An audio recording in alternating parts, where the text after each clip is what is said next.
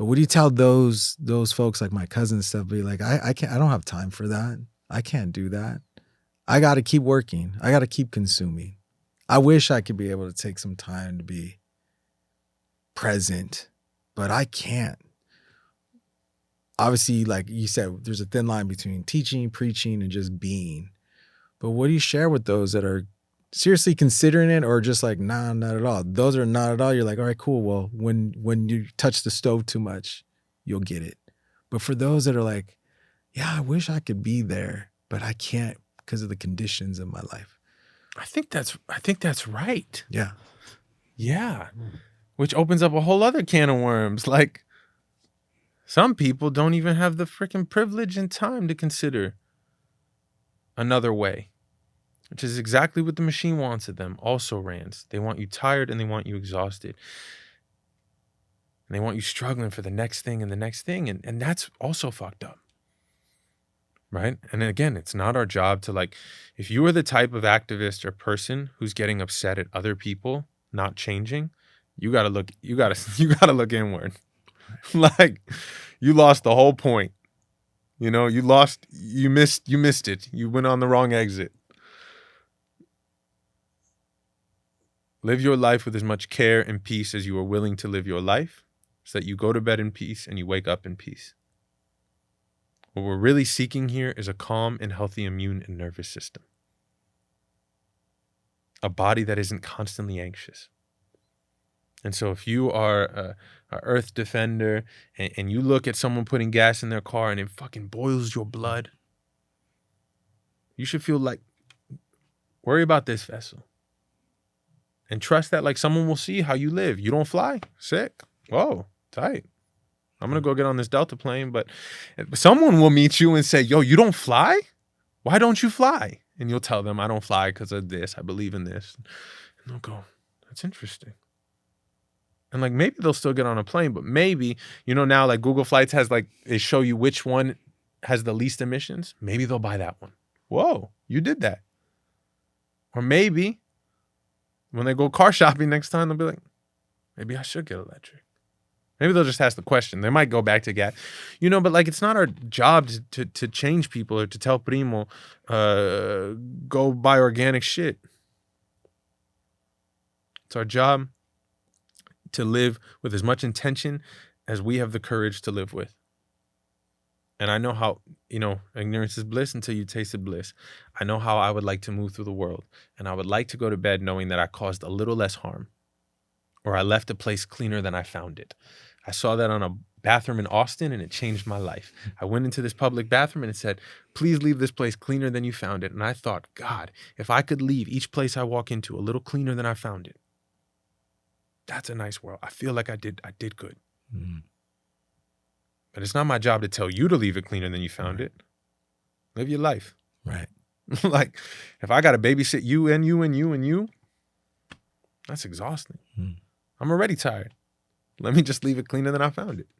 So let me ask you, you mentioned, you know, so much of who I've become and am is because of, you know, the environment I grew up in, obviously, and the society, but my parents. And you were talking about your parents having to work multiple jobs, and that it was your sisters that really raised you. Was that the seed of a lot of this way that you're thinking about identity and self? Was it your sisters that were like the primary models? Sister, sorry. Yes, and Queens is the model of how I think about identity and self. I come from the most diverse place in the world.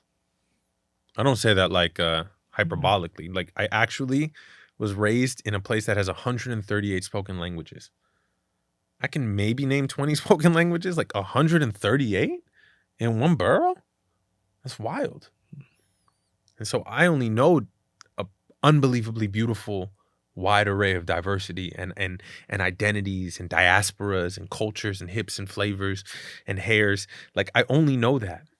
And I know that they actually coexist quite beautifully, you know? So, like, my relationship to identity comes from that. you know, go over to this store to buy your hummus, go here to get this, you know, go to the bodega to get that, like all on one block. Yeah, so I think that's my identity journey is growing up a kid in New York. New York is already diverse, God bless. And then Queens especially. And then being able, because I couldn't even answer the questions about why does my sister was taught Spanish, but I wasn't, you know, having a Dominican grandmother who looked black and then a Colombian grandmother who look white, you know, my mom was white passing. I'm too young to know all that. You know, I'm too young to even know hustle and hard work like that. Like that's even a privilege to get to name and to explore and to make art where I can interview my parents and yeah, so all of that was just happening, and you know, again, right place, right time. Maybe it is your opportunity. Like I was born in that place at that time during those years, and it informed me enough to return to it, to examine it, to be intimate with it, to have a relationship with what was happening. What was allowing you to be able to return to it and have that conversation? Yeah, I mean, that's art. I read James Baldwin, I read Eldridge Cleaver, and I said, man, I have not asked questions about my own life. It was like as simple as that. Sitting in my, you know, college housing, reading these books and thinking, I don't know, I haven't really done the work. Yeah. I haven't asked these questions about myself. Why do I move through the world in this way? Why do I like this? Why don't I like this? Why does this person turn me on, but this person doesn't turn me on? And so I'm reading these books and I'm asking these of myself. And then part of that is making art. It's my vessel. It's what I'm supposed to do. And in the making art, I had the beautiful privilege and great parents who were willing to let me ask them questions as people, not as parents. Crucial. Crucial. All adults, if you haven't met your parents as people, meet them as people. You got too many stories if you think about them as parents. Everyone's just doing the best with what they get, with what they got, which goes back to the primo and the this and the recycling. Everybody's just doing the best with what they got. Right. And so I've had a lot of art that let me ask these big questions about my life and my history and my parents and my sister and my friends and my city and my block, you know, my relationship to all of it. Man, meet your parents as people. Yeah. That's a powerful, powerful statement. Meet your lovers as people. Meet your friends as people. Everyone as people. Because then you put them in the box. You are friend. You know, we're really like cave people. We think we're wise, but we're just like in the cave. Like you friend, you lover, you partner, you wife. You know. Yeah. You husband.